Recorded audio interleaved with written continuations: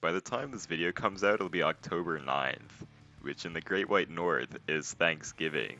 And I've been feeling kind of nostalgic for like, those little assignments you get in like first to like fourth grade where you'd have like a little turkey you'd have to color in and like the pumpkins and all that for Thanksgiving.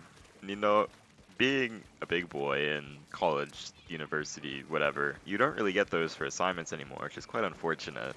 But I figured, you know what?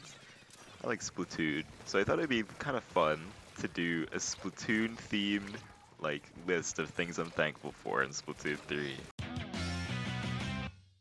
So starting off, we have no ink armor.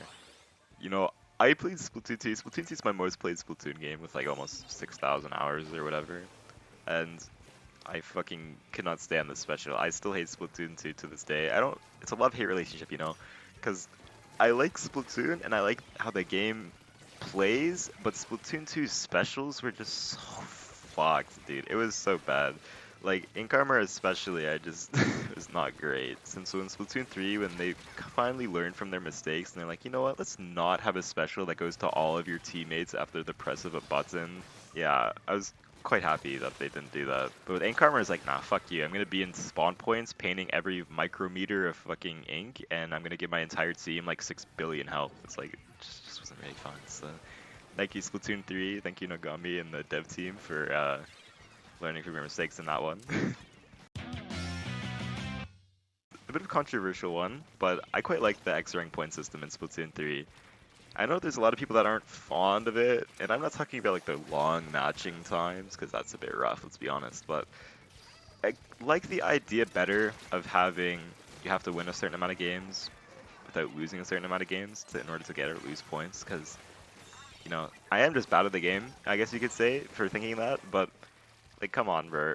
When I'm fucking winning like 20 games in a row in Splatoon 2, and then I lose one game because my teammate decided to fucking jump off the map and I lose 6 billion points, it's like, come on, like, it's just not fun. Especially having a minimum pointage now that you can gain, because in Splatoon 2, like, you could get like 3 plus zeros or plus 1 games in a row, and it's like, wow, I just wasted like fucking 15 minutes of my time, because I'm gonna lose one game and I'm gonna lose like 6,000 times more than that. It's just, Splatoon 2 is so fucking rough in X rank. People who aren't a fan can still play like fucking event matches and, Spot Fest if they want to have that old power system feeling, but yeah, big fan of the new one.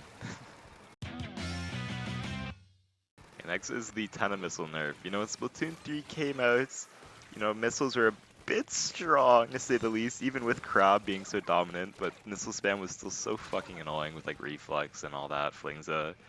This should have been a nerf they did in Splatoon 2, but better late than never, I guess. Having this nerf so they can't just keep spamming and do fucking nothing else but that, like, it was pretty necessary, let's be honest. It was so fucking bad. So, missiles are still good now too, even with the nerf. I think it was a good change. I think it was a needed change, and, I'm thankful that they finally went through with it. Next is getting ability chunks after you've maxed out like your gear's abilities. Cause like Splatoon 2, like they added ability chunks, right? So you can add abilities to your gear. And it's just kind of like, once you finally level up gear, the only way you can get ability chunks is from scrubbing or like re-rolling. So I think it's just a good quality of life change to like kind of still be getting something from using your favorite gear, and then you can like use the ability chunks on like more gear. It gives you more of a use for drink tickets as well, because before you only really used them to level up gear that you're like gonna scrub or like level up, but now you can just throw it on if you want more chunks while just playing the game normally, and I mean, yeah, you're gonna get some stuff from it, so I think it's just a good thing, good quality of life change, and yeah, thanks for that one. Okay, next is another quality of life change, and this is the overtime at the top of the screen. It counts down now, so you can see how long of overtime you have left. This is something so good, because in Splatoon 2, like, people knew how many times the horn went like, "Wah, wah," so they would count down that way. But, I never went in that, even though I probably should have. But just having the visual at the top of the screen, so okay, I have this much time left, and I know I can get to this side of the map in this much time, so we have like this amount of opportunities to do this, or this amount of time until we have to take the opportunity. It's just so good. Like, I'm really happy they did this. It was a really creative way to have it too, like kind of ink draining from the timer at the top. Like I think that's just kind of cool graphics. So yeah, thankful for that one. It's definitely saved me quite a few games, and you know, it might have lost me a few games as well from the enemies taking advantage of it. But yeah, I'm quite happy with it. Okay, next is the game nods being region locked. Splatoon 2 is fucked up, bro. They're like, nah. This gear, even if you buy the code for this gear, you can't use it on your game if you're from like EU or NA. This shit was so fucked up, dude. Because Japan got so much cool gear. Like the Emperor gear, the Spy gear, like the mech gear. It's just so good. And, you know, it was really sad that I just missed out on it because I just have the NA version of the game, which is very unfortunate. So Splatoon 3, I think they learned, you know, maybe the whole gear for all post that people were spamming in the NA and EU plazas like actually reached Nogami at some point, because he does watch dude's videos sometimes. So, you know, maybe he's watching some overseas videos, but yeah, I'm quite satisfied that they have no region lock. So even like the Koshien banners, for example, like that probably would have been fucking region locked with Splatoon 2. No region lock Splatfest. There's arguments both for and against it. I don't mind it. I think it's fun. You know, allows me to play with people from other regions, which most of my friends aren't from NA, so it helps a lot. But yeah, I'm just glad that it's not region lock, because I think region lock is just a stupid thing in general. Okay, next is the replay system. Replay system is so good, because you can like, if you run out of clip space, you can go back and like take the clip that you missed, or you can show your friends 6 games you got, or if you want help like learning how to get better, you don't need a capture card to record, you can just send your friend a replay code and like have someone coach you.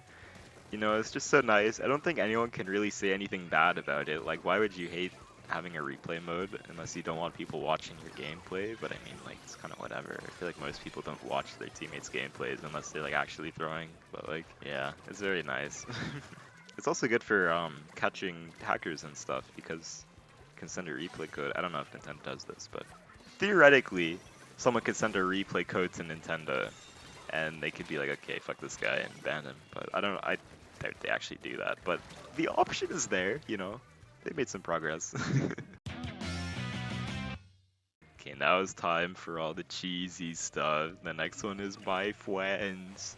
You know, I made a lot of new friends in Splatoon 3, and I'm very thankful for them all. Splatoon's a fun game by yourself, but sometimes it's fun to play like, you know, the event matches in a 4-stack and like open in like a 4-stack.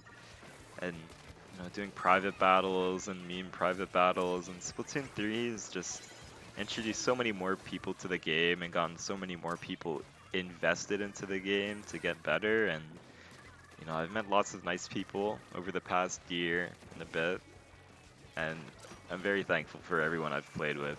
If I met you from playing Splatoon 3 and you're watching this, thank you guys. You're very nice. Okay, and lastly, another kind of cheesy one, but it's you guys watching this, okay? I've always wanted to make Splatoon videos. You know, I have some videos of me recording my TV on a digital camera from when I'm like 10 or 11 years old, recording my fucking Splatoon 1 gameplay, and it's always been something I've wanted to do. And you know, like, I've had YouTube channels before this, but now finally crossing 100 subscribers and having people like actually watch my videos and like liking my videos and stuff, like, I'm just really appreciative of it. And just thank you all so much for watching. I'm gonna make a kind of bigger 100 subscriber special probably next. I think I'm gonna go through like the 3 Splatoon games and record some stuff. I'll save that for whenever it comes out, probably fucking December, honestly, because I'm gonna be really busy with school soon. But yeah, just thank you guys all so much for watching. See you guys next time.